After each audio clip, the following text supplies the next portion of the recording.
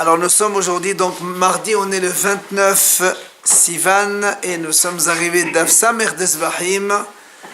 D'Av Samer Desvahim, la 6e ligne. Hier on avait vu donc la mahlokat de Rabbi Yehuda et Rabbi Yossé concernant donc le fait que Shlomo HaMelech, quand il a sanctifié le Beth Hamikdash, le pasuk qui dit Bayom ha'or kedash HaMelech toche haser, que Shlomo HaMelech, le jour de l'inauguration du Beth Hamikdash, il a donc sanctifié toute la cour du Beth Hamikdash parce qu'il n'y avait pas assez de place pour les korbanot. C'est ce qu'il a dit donc Rabbi Yehuda de Vadim Kertaban. Et Rabbi Yossé, lui, il a dit non. Il a dit Rabbi Yossé, c'est que le Mizbeach de Shlomo, il était aussi petit que celui de Moshe Rabbeinu. On a fait donc hier les calculs. Et donc, il n'avait pas besoin de sanctifier tout le reste du Beth Hamikdash. Alors, c'est pour ça que la Gemara a dit Bishlama, les Rabbi Yehuda haynu dertiv kiddesh. La Gemara a dit, ça va bien pour Rabbi Yehuda qui a dit donc justement le Mizbeach de Shlomo, il était petit. Et donc, il ne pouvait pas contenir tous les korbanot. C'est pour ça que Shlomo HaMelech a eu besoin de sanctifier le reste de la cour, et c'est ce qui a marqué dans le pasuk. Kedash HaMelech toche haser. Shlomo HaMelech, il a sanctifié la cour du Beth Hamikdash. Donc, c'est le pasuk qu'il dit. Donc, on comprend que Rabbi Yehuda, il a raison. Puisque le pasuk lui-même, il dit Kedash HaMelech et haser, comme on a vu donc, Shlomo HaMelech, il a sanctifié et toche haser. Il n'y avait pas assez de place sur le Mizbeach, il fallait donc faire les korbanot sur la cour. Mais selon Ella, le Rabbi Yossé, Maïkidesh, mais quand Rabbi Yossé a dit que le Mizbeach de Shlomo, il était assez grand pour contenir les korbanot, alors comment il explique le pasuk qui dit que Shlomo HaMelech a dû sanctifier toute la cour? À quoi ça sert puisque le Mizbeach, il était assez grand pour lui? On n'a pas besoin de sanctifier le reste. Alors la Gemara répond, la Gemara répond comme ça. En fait, qu'est-ce qu'il a fait Shlomo HaMelech? Il a sanctifié la cour du Beth Hamikdash pour mettre le nouveau Mizbeach que lui a construit. Quand le Shlomo HaMelech, Moshe Rabbeinu, il a construit le Mishkan, il a fait un petit Mizbeach Nehoshet. Et comme on avait dit hier, il faisait 5 sur 5 ou 10 sur 10 en fonction des avis. Mais Shlomo HaMelech, lui, il a construit un Mizbeach Avanim, un Mizbeach de pierre. Il faisait 32 amot. Donc Shlomo HaMelech, en fait, qu'est-ce qu'il a fait? Il a sanctifié l'endroit pour placer dessus le nouveau Mizbeach. Vous avez compris? Il fallait sanctifier l'endroit pour mettre le nouveau Mizbeach qui était beaucoup plus grand que celui de Moshe. Le Mizbeach, il a sanctifié l'endroit. Voilà. Il a sanctifié pour là où il va placer le Mizbeach. Exactement. Et donc, du coup, Rabbi Yossé aussi, il a une réponse à ce qu'il dit. Viens la Gemara et continue. Bishlama le Rabbi Yossé ne dit Katan. Ella le Rabbi Yehuda ma'e Katan. La Gemara dit de nouveau, ça marche bien selon Rabbi Yossé qui a dit, parce que là-bas, le pasuk il dit comme ça, Ki Mizbeach, le pasuk il dit comme ça, Ki Mizbeach, voilà, Mizbeach HaNehoshet, Asher Lifnei Hashem, Katon Me'achil.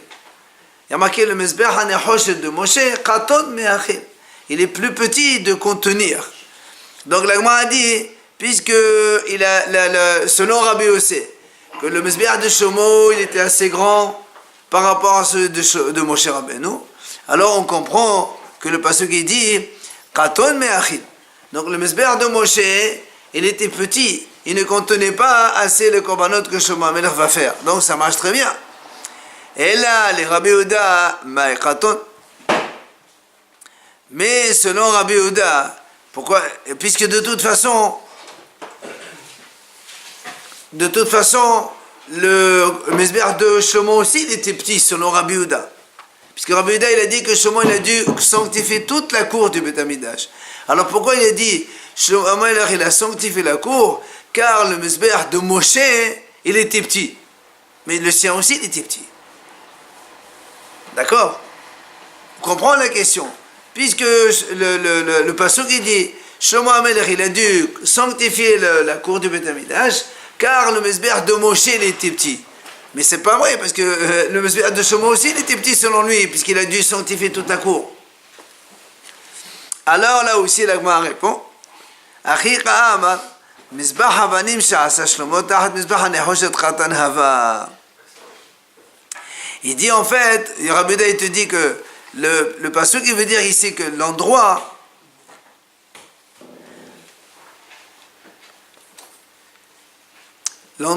où Shlomo HaMelech quand il a dit il était petit, c'est-à-dire l'endroit où Shlomo HaMelech a mis son Mizbeach à lui, il était donc à la place du Mizbeach de Moshe. En fait c'est le Mizbeach de Moshe qui était petit. Et quand il a dit Khaton Haya, c'est le Mizbeach de Moshe. Mais il veut dire ici Mizbeach Havanim Sha'asa Shlomo Tachat Mizbeach HaNechoshet. En fait, il voulait dire que le Mizbeach de Shlomo, qui était grand par rapport à celui de Moshe, il est aussi petit. Et Moshe, il a fait sanctifier déjà? Moshe, il a fait un Mizbeach. Moshe Rabbeinu était dans le Mishkan. Là, on est de Beth Amikdash. C'est deux endroits différents. Donc, le Mizbeach de Moshe, il était de 5 amot. Le Mizbeach de Shlomo, il était de 32 amot. Mais il voulait dire que même le Mizbeach de Shlomo, qui était plus grand que celui de Moshe, lui aussi, il était petit. C'est pour ça qu'il a été obligé de sanctifier la cour de Beth Amikdash. Alors vient la Gemara maintenant, elle dit, Bema et Pléré, c'est quoi la mahlok entre les deux? Puisque nous, on a vu, selon Rabbi Yehuda, rappelez-vous, hier, on a dit, Rabbi Yehuda et Rabbi Yossé, tous les deux ont fait Xera Shava avec la voix.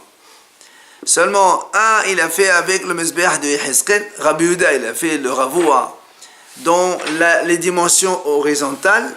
C'est-à-dire, comme il a vu se marquer de Yehezkel sur chaque côté. Donc, pour lui, les 5, c'est pas 5 sur 5, mais c'est 5 à partir du centre. Ce qui fait 5 d'un côté et 5 de l'autre. Ça fait en tout que le Mizbeach faisait 10 sur 10. Et selon Rabbi Yossé, le Ravoua, il a recopié sur le Mizbeach de Moshe, où il a marqué Kafoul. C'est-à-dire, selon Moshe, dans le Mishkan de Moshe, il a marqué que le Mizbeach HaZahav, c'est-à-dire le Mizbeach HaKtoret, il était haut, double. La hauteur, elle était double, donc de la dimension du côté. Donc, lui, il a fait Xera Shava avec le Mizbeach de HaKtoret. Rabbi Yehuda, il a fait Xera Shava avec le Mizbeach de Yehezkel, dans la vision donc, du futur Beth Amikdash selon Yehezkel. Et Rabbi Yossé, il a fait le Xera Shava avec le Mizbeach HaZahav qui existait à l'époque de Moshe. Alors, il dit, c'est quoi leur discussion? Alors, il dit, Mor Sava Danin Hutz Mehutz, Ben Danin Hutz Mepnim. Donc, selon Rabbi Yehuda, il te dit, moi, je préfère faire Xera Shava avec Hutz, c'est-à-dire le Mizbeach qui était à l'extérieur, donc le Mizbeach sur des korbanot de Shlomo, avec le Mizbeach de Yehezkel qui aussi, il était à l'extérieur. Donc c'est pour ça qu'il a dit, comme dans Yehezkel, on a parlé des dimensions horizontales et que là-bas on disait que c'est pas le côté 5, c'est pas un côté 5, c'est 5 à partir du centre, ça fait 10, hier on a expliqué. Et au mort ça va, alors que Rabbi aussi, et lui donc Rabbi Yehuda il dit, je ne peux pas comparer le Mizbeach des korbanot qui est à l'extérieur avec le Mizbeach HaZahav qui est à l'intérieur de l'Echal. Donc, il vaut mieux comparer le Mizbeach de l'extérieur avec l'extérieur, mais pas le Mizbeach de l'extérieur avec de l'intérieur. C'est logique. Maintenant, quelle est la svara de Rabbi Yossé? Au moins, ça va. Danin kele me kele, ou danin kele me binyan. Et Rabbi Yossé, lui, te dit, moi aussi j'ai une logique. Quoi? Le Mizbeach de Moshe, c'était un Mizbeach en cuivre. Le Mizbeach HaZahav, comme son nom l'indique, il est en or.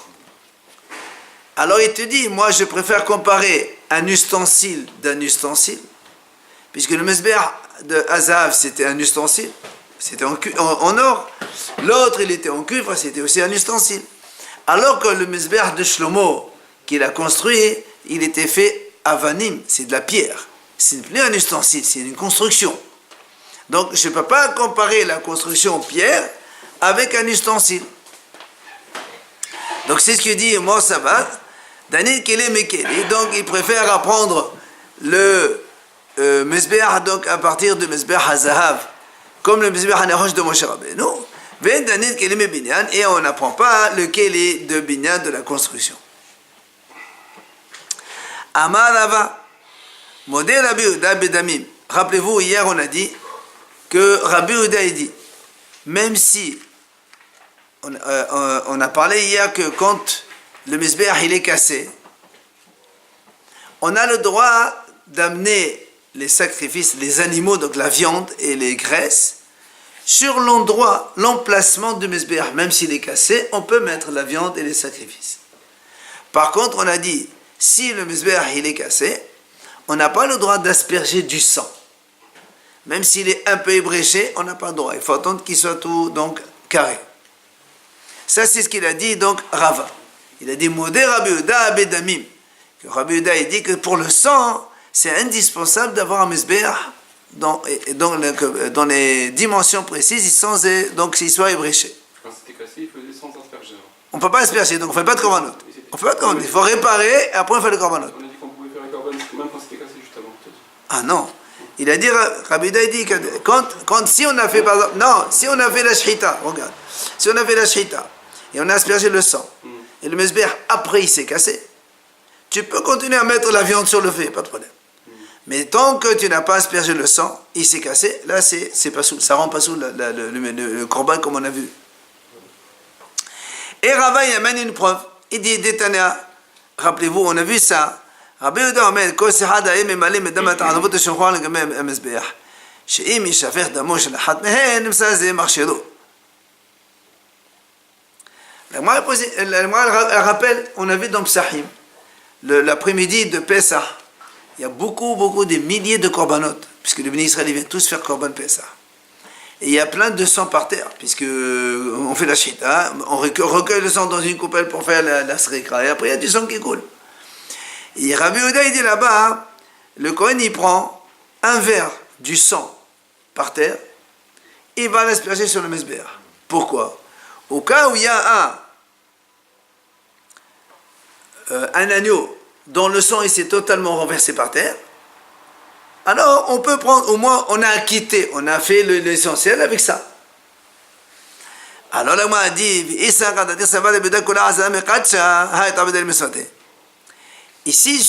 d'après toi, Rabbi Yehuda pense que même si le Mizbeach il est cassé, on peut verser le sang dans la cour, l'emplacement du Mizbeach. Alors là aussi, puisque le sang il s'est renversé dans la cour, pourquoi tu as besoin de l'asperger sur le Mizbeach? Il est déjà. C'est une preuve. Mais non, il le verse, il a dit. Justement, si tu me dis, lui Rava il a dit, nous on a dit que Rava il dit que pour le sang, c'est obligé que ce soit le Mizbeach. Si le Mizbeach est cassé, c'est zéro, on ne peut plus rien faire. Ça c'est la preuve. Parce que, la cour est déjà sanctifiée automatiquement, le sang lui aussi. Justement, nous on est en train de montrer que, selon Rava, même si la cour elle est sanctifiée uniquement pour la viande, pas pour le sang. Pour le sang, c'est nécessaire que ça soit sur le Mizbeach. Et ça, c'est la preuve. Parce que si on n'a pas besoin de Mizbeach, pourquoi il a besoin de prendre du sang de par terre pour la maison de Mizbeach? Laisse-le. Ça peut se regarder ça. Hein? Si ça se passe. Moi, si ça se passe. On ne sait jamais quoi. Si ça s'est renversé, on a. Mais justement, il est déjà renversé. Il est dans le verset. Parce que lui, si on dit que Rava, selon Rabbi Yehuda, le sang, aussi on pourrait le verser, même si le Mizbeach il est cassé. Ben voilà, il est versé déjà. Puisqu'il est dans la cour du Beth Amikdash, il est versé. Pourquoi tu as besoin de le mettre là-bas? C'est que Rabbi Yehuda il pense que non. Même si le sang s'est versé, tu es obligé de mettre le sang sur le Mizbeach. Donc il faut que le Mizbeach il soit carré. Et s'il est mélangé le sang? Mais justement, c'est parce qu'il est mélangé plein d'agneaux, on s'en fout de ça. Maintenant, la Gemara dit, alors la Gemara dit, non, peut-être que c'est pas une preuve. Pourquoi Rabbi Yehuda a dit il faut prendre du sang et le verser sur le Mizbeach? Parce qu'il faut qu'un homme il verse le sang. Or là-bas, le sang il s'est versé tout seul, l'agneau on l'a égorgé, le sang il s'est versé par terre. C'est pas valable ça. Donc c'est pour ça qu'il a été obligé de verser. Mais sinon, même s'il n'y a pas de Mizbeach, ça aurait été bon pour lui. Alors il m'a dit non. Parce que Imken, Neskele venespir la dourté. Il m'a dit si c'est ça, pourquoi Rabbi Yehuda dit il prend du sang du parterre il le met sur le Mizbeach. Tu n'as qu'à prendre audition par terre et verser par terre, sur place. Au moins tu montres que c'est un homme qui a versé, et le parterre, il a le même statut que le Mizbeach.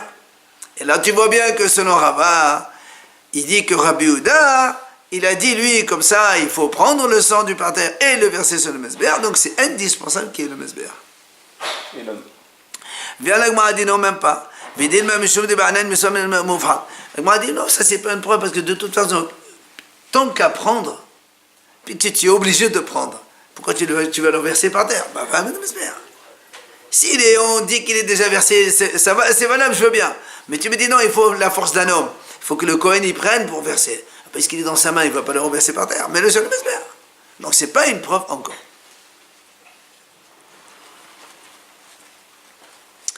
Amar Rabbi Elazar. Il dit Rabbi Elazar, Mizbeach shenifgam en ochlin begino shiare mincha. Il dit Rabbi Elazar, si le Mizbeach il a été ébréché, donc il manque un petit morceau, donc un morceau de mur il est tombé, on ne peut pas manger shiare mincha. C'est-à-dire quand on a fait le korban mincha. Mincha c'est la semoule de farine que le Kohen il fait comme ça avec les 3 doigts, il met ça sur le Mizbeach, et le reste, les Kohanim ils mangent. Alors si maintenant on a fait la kmessa sur le Mizbeach, et alors que les Kohanim n'ont pas encore mangé cette semoule, le Mizbeach est ébréché. Il vient Rabbi Elazar et dit impossible de manger. Parce que le Mizbeach est ébréché. C'est un peu la même chose avec le sang. Alors il m'a dit d'où il apprend ça. Chez Nehemar, il y a marqué Ve'echlu hamatzot etzel hamizbeach. La Torah a dit comme ça, le korban mincha, il faut que le Kohanim il la mange matzah, donc il faut avec des pains matzah, il mange ça etzel hamizbeach, à côté du mizbeach. La Gemara a dit Veche etzel hamizbeach ha'aloha. Bon, on est obligé de manger à côté du mizbeach. Les Kodesh Kadashim, on peut les manger dans toute l'enceinte du Beit HaMikdash, dans toute la cour du Beit HaMikdash. Alors qu'est-ce que ça veut dire la Torah de Etzel HaMizbeach? Elle a dit Ella bezman shehu shalem velo bezman shehu haser. De là on apprend Etzel HaMizbeach. La Torah elle veut préciser que tu peux manger effectivement la mincha dans toute la hazara, dans toute la cour du Beit HaMikdash, mais il faut que le Mizbeach il soit shalem. Etzel HaMizbeach, ça veut dire que le Mizbeach il soit intègre. Il ne manque pas une pierre. Si un petit caillou il tombe du Mizbeach, on ne peut plus manger. Ça, c'est la preuve de Rabbi Elazar. On peut savoir par ce mot Etzel que c'est Shalem. Que le Mizbeach peut être Shalem. Oui. C'est le mot Etzel qui. Non, c'est ça, et c'est pas ça. Quand il dit il faut le manger à côté du Mizbeach, pas exactement à côté du Mizbeach, c'est-à-dire qu'il faut que le Mizbeach soit intact. Sinon, on ne comprend pas. Puisque la vérité, on ne mange pas à côté du Mizbeach. On le mange partout dans la Hazara. Ça reste à côté. Je suis désolé, à côté on est à 1 mètre, 2 mètres, 3 mètres, mais le Beit HaMikdash il fait 100 mètres de dimension sur 65. Quand on est à 100 mètres, je ne suis pas à côté. Donc, s'il n'est pas goût, le Mizbeach. Donc on n'a plus le droit de manger. D'accord, mais il faut qu'ils ne peuvent même pas le réparer ou le colmater. Ah si, on peut le réparer. Justement, il faut qu'il soit entier, d'une seule pièce. Oui. Ah non, quand il y a... Non, mais ça c'est... Le Mizbeach Havani d'une seule pièce, c'est-à-dire dans le sens où on n'a pas le droit de tailler avec du métal. Mais après on peut... Non, là, on peut rajouter des pièces. On n'a pas le droit de faire du métal dessus. Mais on peut rajouter. Alors, vient l'Agma dit Ashkihan Shiare Minha. L'Agma dit très bien. Il nous a prouvé que pour les restes de Minha, on n'a pas le droit de le manger si le Mizbeach, donc il manque un petit bout. Kodesh Kadashim Minalan. L'Agma dit et les Kodesh Kadashim, c'est-à-dire les autres korbanot, Hatat, Hacham, si Bémet, le Mizbeach était ébréché, d'où on apprend qu'on n'a pas le droit de les manger non plus. Alors il dit Tamodomar, Kodesh Kadashim. Il dit comme Minha s'appelle Kodesh Kadashim. Et les korbanot, ceux-là, tu vas apprendre ces Kodesh Kadashim, c'est les mêmes korbanot. Comme ceux-là, on n'a pas le droit de les manger si le Mizbeach était bréché. Ben, les autres aussi, on n'a pas le droit de les manger si le Mizbeach était bréché. Donc c'est facile. Alors il m'a dit Kadashim Kalim Minha. Maintenant ici, les Kadashim légers, Shlamim, Toda, Pesach et tout ça. D'où on apprend que aussi, si le Mizbeach était bréché, on n'a pas le droit de les manger. Amar Abaye, il vient Abaye, il nous apprend, il nous répond. Il lui dit Atia Midrasha de Rabbi Yossé. On apprend ça de la dracha de Rabbi Yossé. Qu'est-ce qu'il a dit Rabbi Yossé? Détania. Rabbi Yossé Omer, Rabbi Yossé dit comme ça. Shosha Dvarim Mishum Shlosha Zechenim. Rabbi Yossé, il va nous enseigner 3 enseignements au nom de 3 sages différents. Et Veze Ehadmen, voilà un de ces enseignements, c'est celui-là. Qu'est-ce qu'il dit? Au nom de Rabbi Ishmael. Donc Rabbi Yossé nous dit comme ça. Rabbi Ishmael Omer, Rabbi Ishmael les enseigne la chose suivante.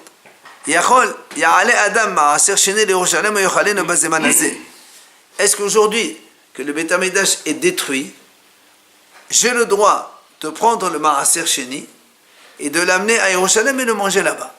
Il ne faut pas oublier que le Maaser Sheni, donc c'est le 2e Maaser qu'on prélève et il est Kadosh et on est obligé de le manger à Yerushalem. Alors est-ce que je peux faire aujourd'hui que maintenant il n'y a pas de Beit HaMikdash?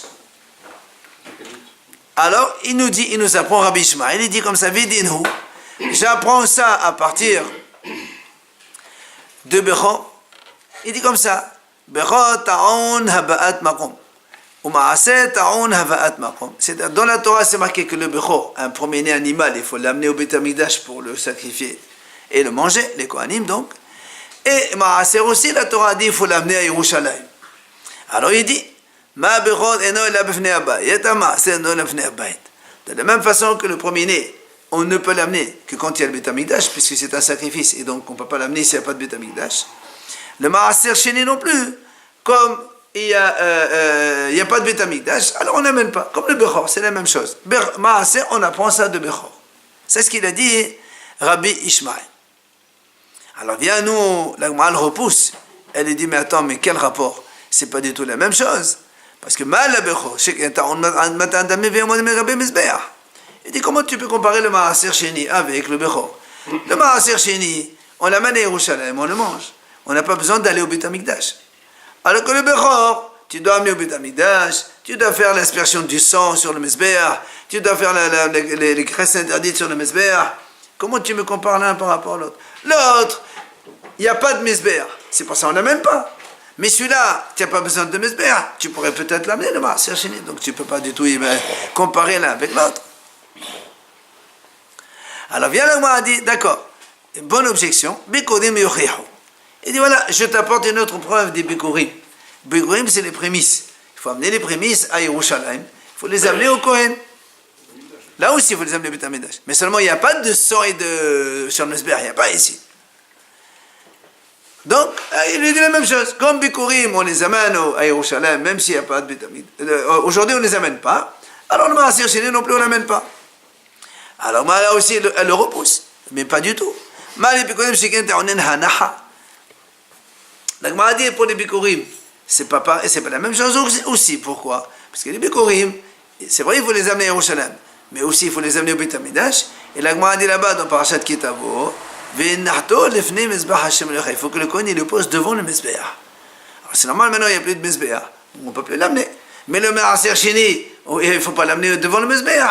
Tu l'amènes à Yerushalayim, tu le manges là-bas à l'extérieur. Donc ça n'a rien à voir, tu ne peux pas apprendre l'un de l'autre. Alors le Gemara dit, troisième réponse, possibilité de réponse, Talmud Lomar dit, c'est vrai, tu as raison, tu m'as repoussé avec les deux. Et moi j'ai tout simplement Hekesh. Comment? C'est marqué dans le pasuk. Va vetem shama, vous amènerez là-bas, c'est-à-dire à Yerushalayim. Il y a marqué Olotechem, Vezivhechem, donc les korbanot là. Après il y a marqué Maaserotechem, donc il faut amener aussi le Maaser Sheni. Et c'est marqué Ufchorot Bechalchem Besantchem, et les Bechorot aussi. Et il dit là-bas, Makish Maaser la Bechor. Donc on fait, il y a un Kesh ici. Ma Bechor eno la Bnei Habayit, Av Maaser no Bnei Habayit. Comme le Bechor, on ne l'amène que quand il y a le Beit HaMikdash, alors le Maaser non plus, on ne l'amène que quand il y a le Beit HaMikdash. Ça c'est Hekesh, et donc il n'y a plus d'objection possible sur le Hekesh. Voilà donc la réponse définitive donc de Rabbi Ishmael.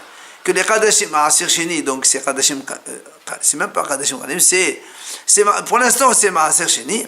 Il dit, donc on n'a pas besoin de l'amener à Yerushalayim. Vient la Gemara, elle pose une question. La Gemara dit, V'nahdad dina v'niti b'mahsad. Tout à l'heure, nous on a posé la question. D'où on apprend le Maaser Sheni? Première réponse, on a donné le Bechor. On a repoussé. Comment on a repoussé? On dit non, le Bechor, on amène le sang et les graisses sur le Mesber et le Maaser, non. On a donné une deuxième preuve, c'est les prémices. On a repoussé les prémices, il faut le poser à côté du Mesber. L'Agma a dit, mais en général, nous, on a l'habitude. Quand on a comme ça deux possibilités de réponse, tu me repousses de là, tu m'amènes vers l'autre. Alors moi, je fais ce qu'on appelle Mahatsad. Pourquoi je n'apprends pas le Maaser? Des deux. De Bechor et de Bikurim. Moi, je te dis, j'apprends du Bechor. Tu me repousses, tu me dis, il faut amener le sang et les graisses sur le Mesber. Bikurim, on n'amène pas le sang et les graisses sur le Mesber. Tu me dis, mais Bikurim, il faut le poser sur le Mesber. Le Bechor, il ne faut pas le poser sur le Mesber. Alors on dit, mais Mahatsad.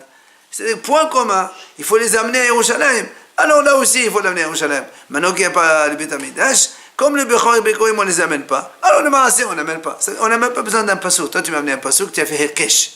Alors moi, je te dis, Mahatsad, je fais un raisonnement à 3, et j'apprends que le Maaser Sheni, tu n'as pas besoin d'amener à Yerushalayim avec un raisonnement à 3. Alors bien, moi, dit non. Mais Shum décale, parce que ce raisonnement de A3, il ne marche pas. Pourquoi il ne marche pas? Parce que Malé Asad, parce qu'il lui dit, dans tous les cas, pour le Bechor, il y a nécessité de Misbeah. Et pour les Bikurim, il y a nécessité de Misbeah. Alors que le Maaser Sheni, il n'y a pas de nécessité de Misbeah. C'est-à-dire, le Bechor, il faut amener le sang et les graisses sur le Misbeah. Les Bikurim, il faut les amener devant le Misbeah. Mais le Maaser Sheni, on n'a pas besoin de Misbeah. Donc dans tous les cas, même à 3, ça ne marche pas le raisonnement. C'était la question, ça. On revient à... Non, on a posé une question sur un. Ouais, d'accord, vous avez On dit- a reposé sur l'autre. Alors maintenant, nous, lui, il a dit, pourquoi tu fais pas, je fais un jonglage à 3. Il dit, même le jonglage à 3, il ne marche pas. vous avez dit le point. Alors, c'est pour ça que finalement, on a utilisé le pasuk avec le Hekesh. Maintenant, l'Agma a posé des questions. Rabbi Ishmael, qu'est-ce qu'on lui a dit, nous? Il a dit, Rabbi Ishmael, d'où on apprend que le Maaser, aujourd'hui, on ne l'amène pas? Il a dit, on apprend ça de Bechor. Que le Bechor, on ne l'amène pas, alors le Maaser non plus. Alors l'Agma a dit, mais attends, je ne comprends pas. Pourquoi pour lui, c'est évident que le Bechor, on n'amène pas, alors que pour le Maaser, il se pose la question? D'accord? Qui a dit que le Bechor, on n'amène pas? Il ne faut pas oublier que il y a des... Voilà, c'est ça. Il y a un Hacham qui pense que la Kedusha du Mizbeach, du Beth Amikdash, elle existe jusqu'à aujourd'hui. Et même si on veut amener un korban, aujourd'hui, à l'emplacement du Beth Amikdash, on peut le faire. Il y a un avis. C'est pour ça qu'on pose la question. Pourquoi Rabbi Ishmael, il dit, le Maaser Sheni, on apprend du Bechor. Comme le Bechor, c'est non. Et d'où tu sais que le Bechor, c'est non? Alors, nous, lui, il pose la question sur le Maaser Sheni. Mais pourquoi tu ne te poses pas la question sur le Bechor aussi? Est-ce que le Bechor, aujourd'hui, on peut l'amener ou pas? Alors, qu'est-ce qui fait que tu as de certitude pour le Bechor que non? Et tu poses la question sur le Maaser Sheni. D'accord? Pourquoi tu ne te poses pas aussi la question sur le Bechor? C'est uniquement. Quelle logique? Il n'y a pas de logique. On a dit à Haram qui dit aujourd'hui on peut faire comment? C'est parce que le Kohanim, C'est pas mon problème. Il y a Haram qui dit qu'on a le droit aujourd'hui. Il y a la Kedusha du Beth Amikdash. Ce qu'il va dire maintenant. C'est une question de Kohanim qui ne sont pas aptes. C'est pas mon problème. Quand il n'y a pas de Kohanim, le reste ne m'intéresse pas. Ce qui m'intéresse, c'est qu'un korban, on peut l'amener aujourd'hui. D'accord? D'accord, techniquement, il y a un Kohen qui n'est pas là. Mais la Kedusha a dit, je peux amener au Beth Amikdash. Alors le Maaser Sheni, je peux l'amener.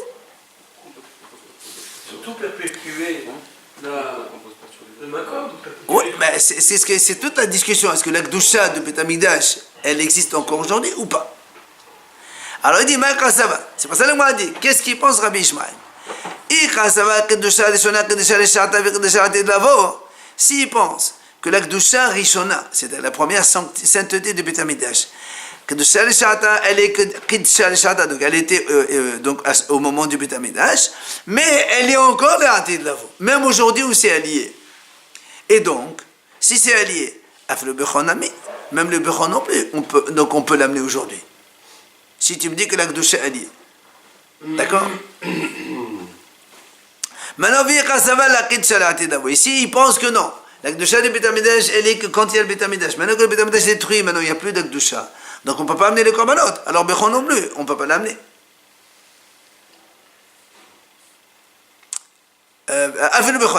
Pardon, dans ces cas-là, Bechor aussi, on pose la question. Est-ce que je peux l'amener même s'il n'y a pas de Beth Amikdash ou pas? D'accord? En fait, la question elle est plus... la question sur le Bechor, le Bechor c'est un korban. S'il dit que la Kedusha du Bechor n'est pas aujourd'hui, On imagine le cas, quelqu'un il a amené un bechor. Le Kohen il a fait la shita, il a fait l'aspersion, il n'a pas eu le temps de le manger, Beth Amikdash a été détruit. Je peux manger le korban? On a dit que non, Ah non. on a dit que s'il y a un petit bout qui manque. La question on pose. Si un petit bout manque, on peut... Non, la question on se la pose. C'est-à-dire que si tu dis que la sainteté n'existe plus, est-ce que, comme tu as posé la question sur le Maaser Sheni, il n'y a pas de Beth Amikdash aujourd'hui, je peux amener Maaser Sheni à Yerushalayim? Mais il n'y a pas de Beth Amikdash, je peux manger cette viande qui a été, on va entendre, valable jusqu'à présent. Parce que s'il n'y a pas de Beth Amikdash, on ne peut pas faire les corbanotes. C'est normal qu'on ne peut pas amener un bechor, on ne peut pas le manger. Mais la question elle est, dans le cas où, et que j'ai de la viande bechor, et que le Beth Amikdash est détruit, est-ce que je peux encore manger ou pas? Amar Ravina. Il dit Ravina allez à Olam. Kassava le Ketcha. Il dit Ravina, en vérité, il pense donc Rabbi Ishmael que la Kedusha de Beth Amikdash, elle n'y est plus aujourd'hui. C'est-à-dire qu'on ne peut pas amener les corbanotes. Si on ne peut pas amener les corbanotes, c'est ce qu'on a dit maintenant. De quoi on parle ici? Donc on a aspergé le sang avant la destruction de Beth Amikdash.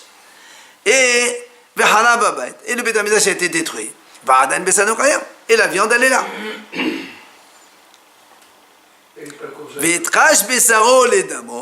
Et donc, la viande, elle est comparée au sang. De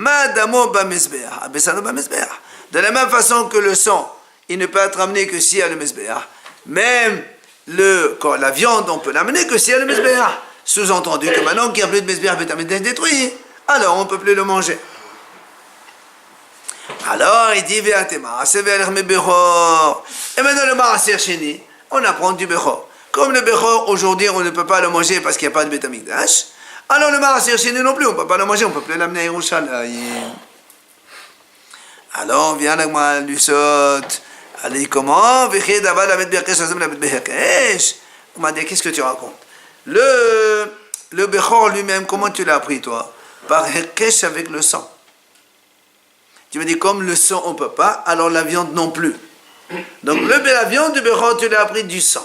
Mais nous, on sait dans les Kadashim, tu ne peux pas continuer avec un deuxième hekesh. Et maintenant, qu'est-ce que tu me fais? De la viande de bechor, tu vas aller encore comparer avec le Maaser Sheni. Tu fais un deuxième hekesh. On retombe à la question. Alors, la Gemara dit non. Maaser daran holin hu. La Gemara dit non, attends. Elle m'a dit, le maaser de la récolte, c'est pas Kadashim, c'est Hol. Même si ça a une certaine Kedusha, ça ne s'appelle pas Kadashim. Donc, c'est pas un problème que la viande de bechor, je la prends d'abord par Hekesh du sang. Après, je peux continuer à faire un deuxième Hekesh avec le maaser qui est Hol. Alors, elle m'a dit, d'accord, ça c'est valable. Celui qui dit que dans les Kadashim, on va en fonction de celui qui enseigne. Pas celui qui est enseigné.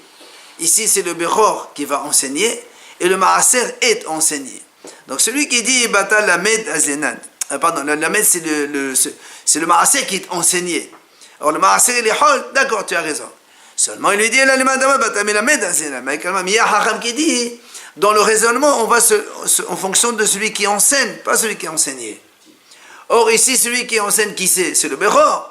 Or, les bechor c'est Kadashim. Alors, tu ne peux pas continuer le hekesh non plus. Justement, c'est ça la question. Donc, on apprend de l'un ou de l'autre, c'est pareil. La base, elle est. Non, d'abord, tu as pris la viande de bechor, du sang de bechor. Donc, les deux, c'est Kadashim. Maintenant, tu vas prendre de la viande de bechor vers le maaser. Le maaser, il est hol. Si tu vas en fonction de celui qui est enseigné, le maaser, il n'y a pas de problème, c'est hol. Mais si tu vas selon celui qui enseigne, c'est la viande de bechor. La viande de bechor, c'est Kadashim. Tu ne peux pas y continuer. Alors, la m'a dit, tu sais quoi?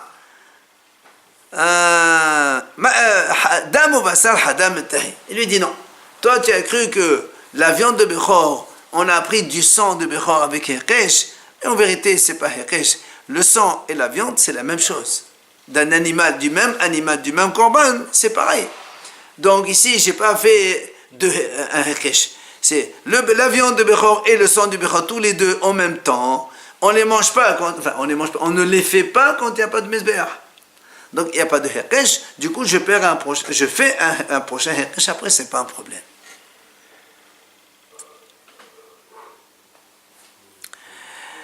Viens la Gemara dit, Qui Salik Ravin, quand il est monté en Israël, Amala Lishmata Kamed Rabbi Yirmiyah. Il a été dire tout cet enseignement devant Rabbi Yirmiyah.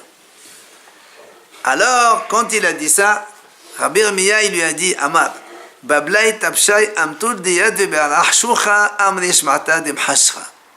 Il a dit, les Babyloniens, ils sont bêtes, comme ils habitent dans une terre sombre, ils donnent des raisonnements sombres. Pourquoi? Alors, automatiquement, il va donc nous expliquer pourquoi enfin, selon lui, c'est n'importe quoi. Il dit, La Shamia Leo Adetania. Il dit, est-ce qu'ils ne savaient pas, les Babyloniens, cette braïta, qui enseigne la chose suivante? Elle dit, B'sha'at Siluk Masa'ot, Kadashim Nefsalin, Vis-à-vis Mumsoda'im Mishalihin Huslim Hisa. Il y a une première braïta qui dit la chose suivante. Les Bnei Israël, quand ils étaient dans le désert, on sait que le Mishkan, il était montable et démontable et il faisait des déplacements. Ok? Alors il dit comme ça. Imaginons, on a fait des corbanotes. Le Mishkan, il était posé, on a fait des corbanotes. Et puis voilà que on a fait un corban, on a aspergé le sang, on a mis les graisses et on a maintenant la viande. Coup de sifflet de Moshe Rabbeinu avec les trompettes, messieurs, on déménage. Il y a les nuages, Moshe Rabbeinu, les trompettes, tout ça, on a vu dans Parashat Be'alotra il y a 2 semaines. On déménage. Alors tout le monde s'attelle à la tâche et on démonte tout. Alors la Gemara a dit, la Braïta a dit, Kadashim, Nefsalin, ça y est. On ne peut plus manger, il n'y a plus de Mishkan. D'accord, tout a été démonté, il n'y a plus rien. C'est comme si que le Beth Amikdash a été détruit, c'est la même chose. Donc, c'est terminé. Seulement, il dit, alors s'il n'y a plus de Mishkan, on pourrait penser qu'il n'y a plus d'ordre, il n'y a plus rien, tout le monde est en voyage. Seulement, la Braïta a dit, nous, on sait que quand il y a le Mishkan, il est posé, il est monté, il y a 3 camps différents. Il y a le camp du Mishkan qui s'appelle Mahane Kedusha, la sainteté, elle est en centre. Autour de eux, il y a les Lévi'im, ça s'appelle Mahane Lévia.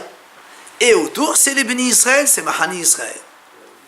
Or, nous, on sait qu'un Tmémet, un impur par un peuté de mort, il n'a pas le droit de s'approcher de la Kedusha, mais il peut rester dans le camp des Lévi'im. Un Zav, celui qui a des écoulements, des pertes, lui, il n'a pas le droit de rester de Mahane Lévi'im, il doit rester dans le camp d'Israël.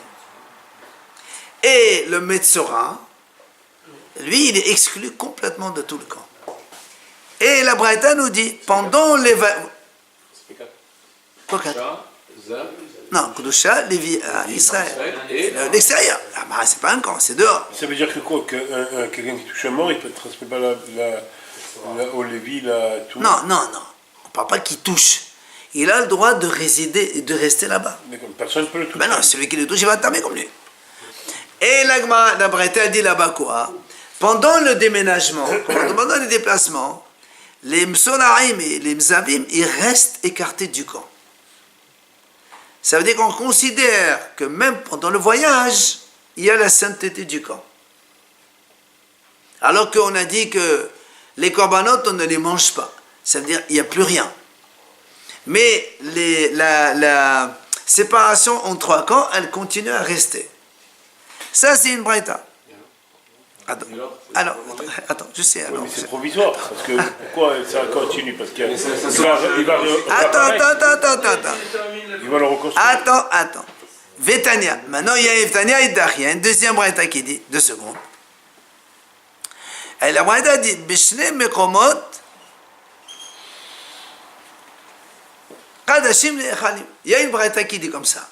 Les Kadashim, donc la viande des corbanotes, elle se mange en 2 endroits différents. C'est quoi les 2 endroits? Hachamim explique tout simplement. Un, lorsque le Mishkan il est en place.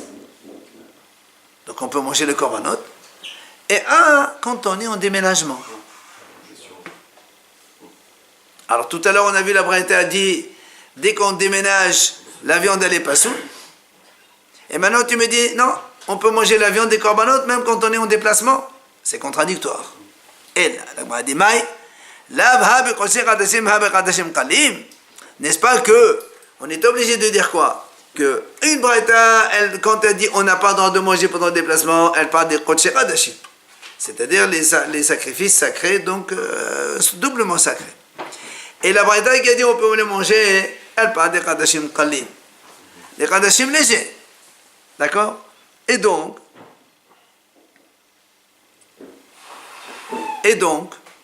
la...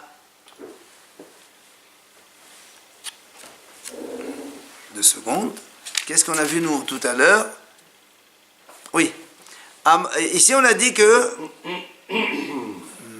Amad Abaye, où c'est qu'on avait Abaye? Ah voilà, ici. Kadashim Khalim Minen. Rappelez-vous la question. On a posé la Kadashim Khalim. Est-ce qu'on peut les manger quand il n'y a pas le Mesbeah, oui ou non? Puisque nous on a dit que Shari Minha, quand le Mesbeah il est... voilà, Mesbeah quand il est bréché, on ne peut pas les manger. Quand il est Kadashim, on peut les manger. Maintenant, on a posé la question sur Kadashim Khalim. D'où on sait que aussi on ne peut pas les manger. Pesach, Toda, Shlamim, tout ça c'est Kadashim Khalim. Alors, donc, Abaye a dit, on apprend ça de Rabbi Ishmael, comme on a dit non. Et là, on voit quoi? Que au contraire, Kadashim Khalim, on peut les manger même si on est en déplacement. D'accord? C'est contre ce qu'il a dit Abaye précédemment. Viens Amar Ravina. Il dit non. Je peux te répondre que les deux on parle de Kadashim Khalim. Alors comment une fois tu dis, une braïta qui dit on peut manger, une braïta qui dit on ne mange pas? Vela Kashia, Ha Rabbi Ishmael, Veha Rabbanan. Une c'est Rabbi Ishmael. Rabbi Ishmael qui a dit qu'on n'a pas le droit de manger le Bechor, a fortiori qu'on n'a pas le droit de manger non plus Kadashim Khalim quand le Mizbeah n'y est pas. Et l'autre qui a dit on a le droit de manger, c'est les Hachamim. Hachamim ils disent non, on peut manger. Demain on verra la suite.